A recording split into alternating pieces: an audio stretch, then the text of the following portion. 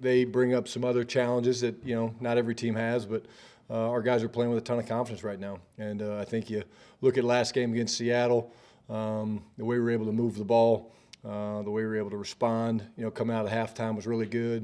And it's going to be a fun matchup. We're playing well with a lot of confidence. How do you always balance? I mean, you want to ride momentum, but you don't want to just depend on it because you have to execute when you don't have momentum. So how do you play that when a team is hot and rolling? Do you feed into that? Do you?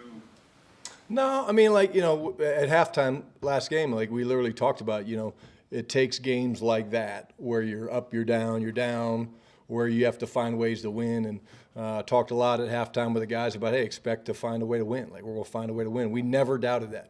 If you talk to our guys, they just believed we were going to find a way to win, and we didn't know if it'd be in the third quarter we'd have an explosion. We didn't know if it'd be last drive of the game. We didn't know, but when you become a really good football team that has a lot of confidence, no matter what the situation is, you have to believe that you're going to find a way.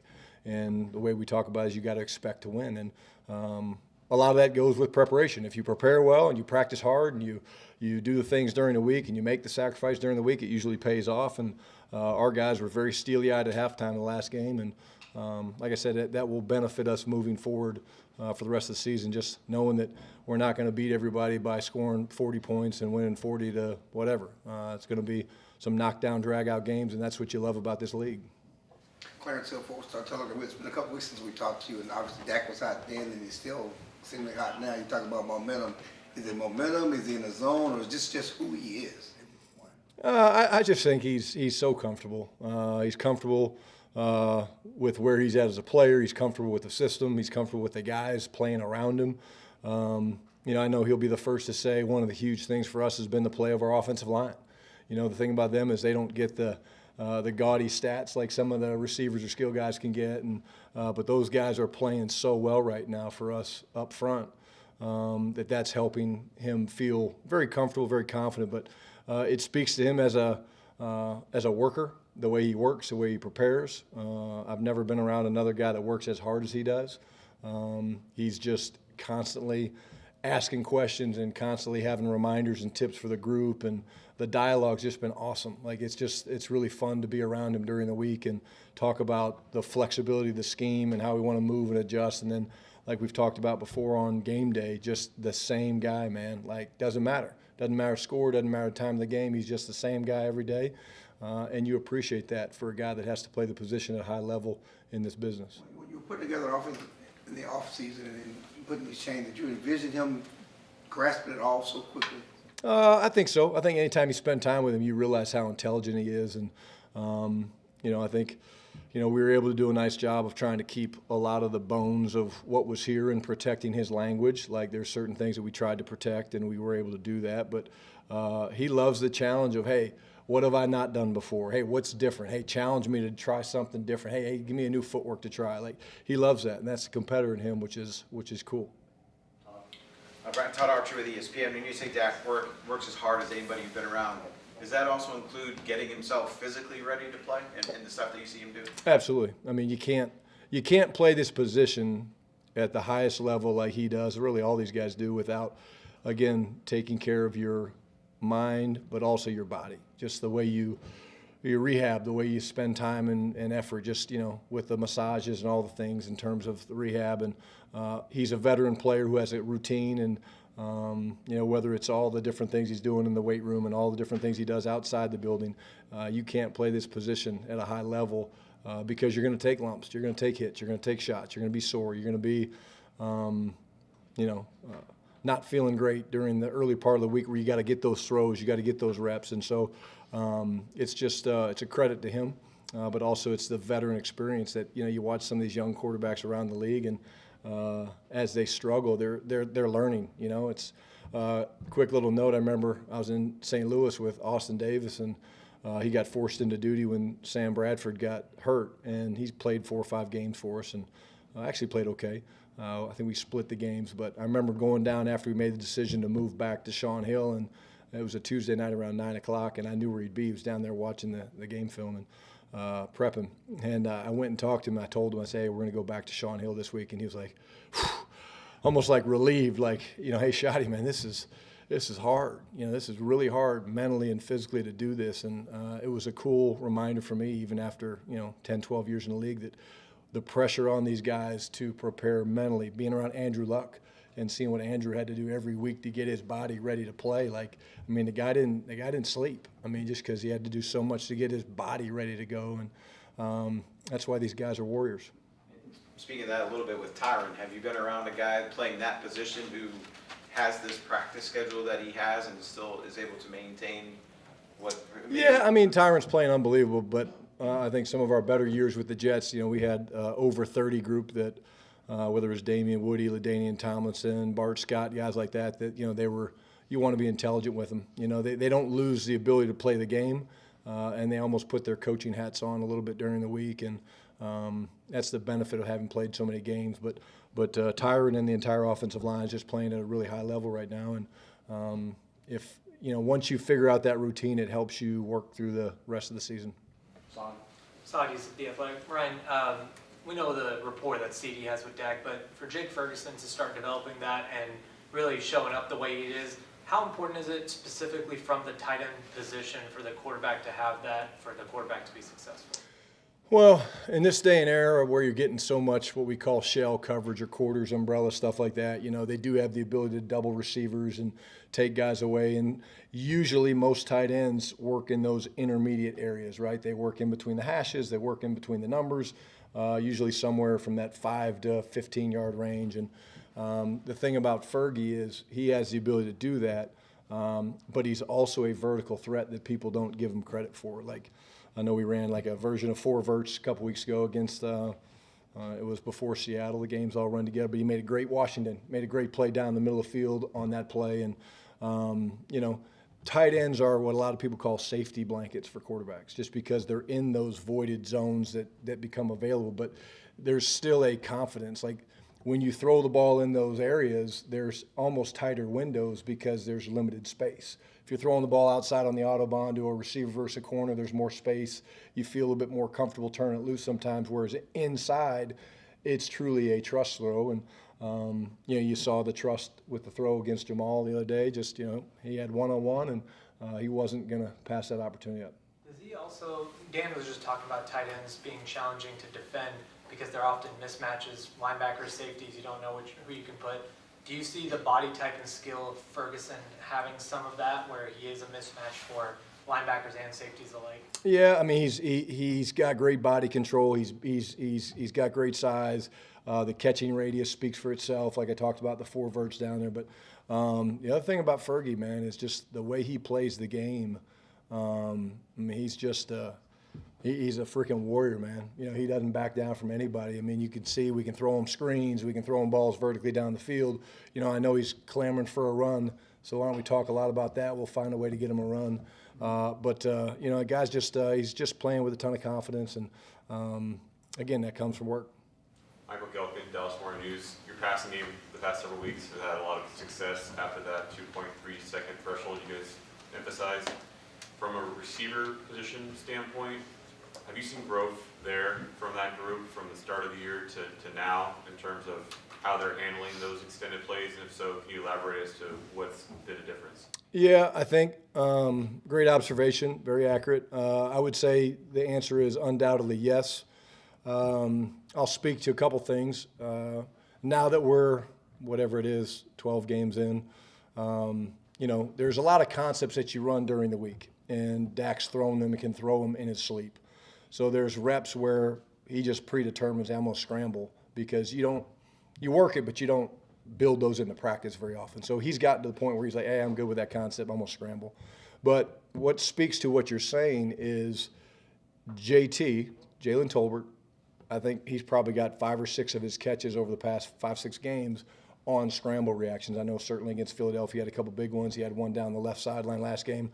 There's a young player that, you know, is understanding when Dak breaks, there's a response that's needed. Same thing would be Brandon Cooks. Now, Brandon's played a ton of football, so he's got a feel for it, but not necessarily with Dak. Like, each quarterback's different in the way you train it and the way you teach it, from whether your eyes work outside, inside, back, outside, whether you're going top, down, whatever it is. But there is a feel that these guys have gained over time, and it's a testament to kind of the way Dak orchestrates it in practice, but also there's a ton of conversation in meetings about when the quarterback breaks, you freeze the film and you talk about distribution. Like, where do you want players layered? And it's all about spacing. If you think of basketball, right, on a fast break, there's spacing, and you're trying to, put certain guys in different areas of the field. That's really what above the 2.3 becomes, and it's part of this game, and it's a huge part of this game. You watch top offenses, and most of them are very proficient and efficient at the scramble game.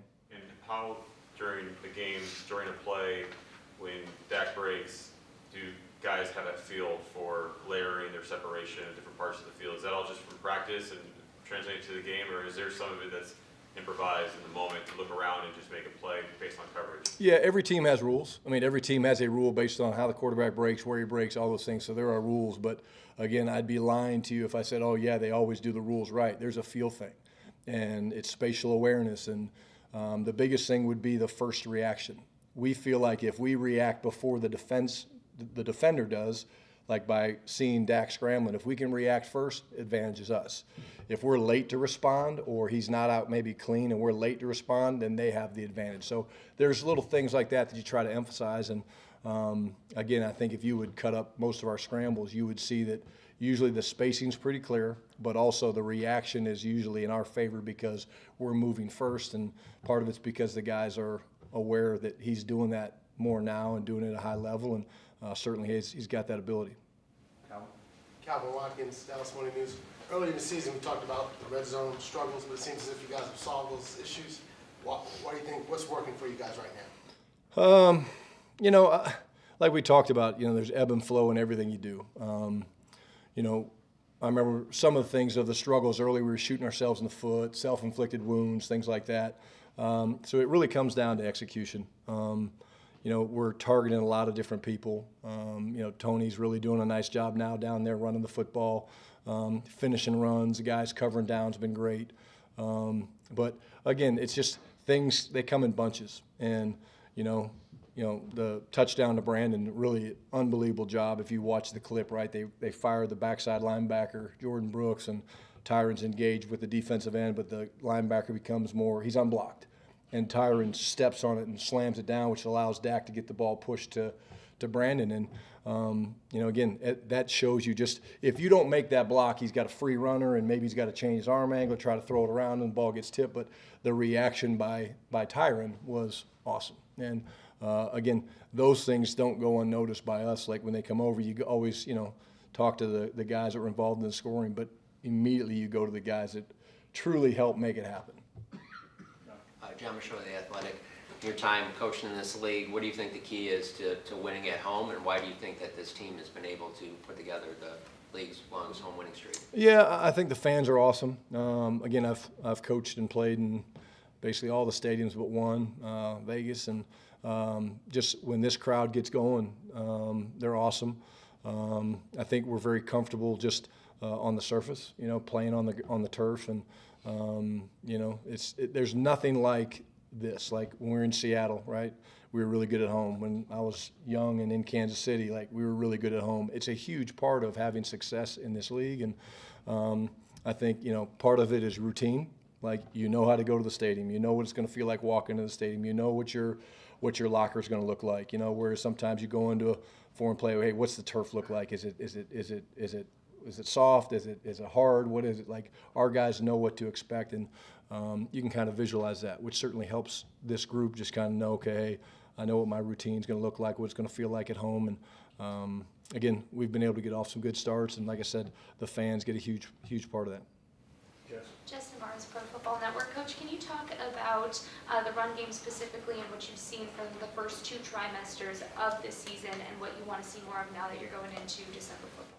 Yeah, I think the run game always takes the longest to get going. The way we're forced to practice nowadays with the restrictions and things is, especially the way we were during training camp with the limited group of offensive linemen, it always takes a little bit longer. I would say that, right now our combination blocks and the things we're doing in the run game, getting movement at the front level, is better than it was before. I also think that the receivers don't get enough credit. CD gets a ton of, credit for what he does, but again, they're all blocked. Again, everybody, I'm sure the question's coming about MG, but like after the game, no one was more excited about the win than MG, and MG said, "Hey, Shotty, I deserve a plaque for all the crack blocks I'm doing," and I said, "Hey, buddy, we'll make sure you get one of those." But it's an unselfishness of the entire group, and you watch the way Rico and you watch the way Tony are finishing runs, and then the way our offensive linemen, Terrence Steele, Tyler Biotic, are all covering down. That's very disheartening to the opponent when they see, it all kind of coming together. So certainly areas we can improve with, but again, I'm very comfortable and confident right now with our combinations, how hard we're running, and then everybody's involved. Christy Scales, Cowboys Radio. In regards to Turpin and his expanded role in the offense as the season has continued, were there specific moments or milestones that you saw in practice, or is it as simple as the learning curve of having a full off-season in camp, not just for him, but coaches learning what he can do? Yeah, it's a great question. I'm glad you talk about Turp. So one of the cool things about being here last year and, having the flexibility to kind of look at different things was when Turp was out there, you just felt how fast he is. Like, you just felt it. And so, again, he would probably tell you last year it did not come as naturally to him. So year one in the system. This year he has worked his ass off in his prep for the game and the game plan, and we're moving him around, and you just see the speed and the ability to make plays. And again, it's a testament to him, because if he doesn't work the way he does during the week, then we're not able to plug him into those spots. And he's just an awesome compliment, because the long touchdown that he had against Washington, the safety was worried about Brandon, because obviously Brandon's extremely fast. But those two guys on the same side, that's a problem for a defense that wants to play too high, and the safety's really in a bind. And you saw Turp was able just to run past the Mike linebacker. And but you've always seen the talent, you've always seen the speed. But if you ask Turp, the way he's prepping this year and the way he's diving into the game plan and understanding not just his role, but how it all fits together, it's at a whole nother level, and that's kudos to him, and extremely proud of him for that. Anybody have anything else? With the AP. It's a December matchup of two quarterbacks in the MVP conversation. I'm guessing you may have been through that with Russ back in Seattle, but what's it like to just kind of be a part of that and be on the sideline watching when you've got two guys that playing at this kind of level going at each other? Well, I mean, these are always fun games, regardless of who the quarterbacks are. It's a fun game. It's a fun matchup. They're a good team. We're a good team. Obviously, division rivals. It's going to be a fun game, and the quarterbacks obviously determine a lot of games, whether they play well, they don't play well, whatever it is. So they tend to get a lot of those. But we're very comfortable and confident that it's not just going to take Dak. It's going to take the entire group. It's going to take the run game, and I leave Jalen Hurts and those guys to DQ and those guys. The Turpin touchdown that you were talking about there, Brian, you obviously know the play call. We'll see about 3 steps into it. They're trying to play Tampa 2 with a guy at the line of scrimmage. Correct. About 3 steps down, and you say touchdown. Yeah, but if you watch Dak, again, cool clip for you guys to show up. So if you watch Dak, the guy was bluffing, trying to get us to do something from a protection standpoint. Turp's obviously really fast. But if you watch Dak, he actually moved the safety outside. So you have a choice in cover 2, right? You can try to move the safety in to throw out. You can move the safety out to throw in. And if you watch him, he literally moved the safety with a little pump fake to keep him outside. And that's what made it those don't happen very often in our league. But it was the speed of Turp, but also Dak was magnificent.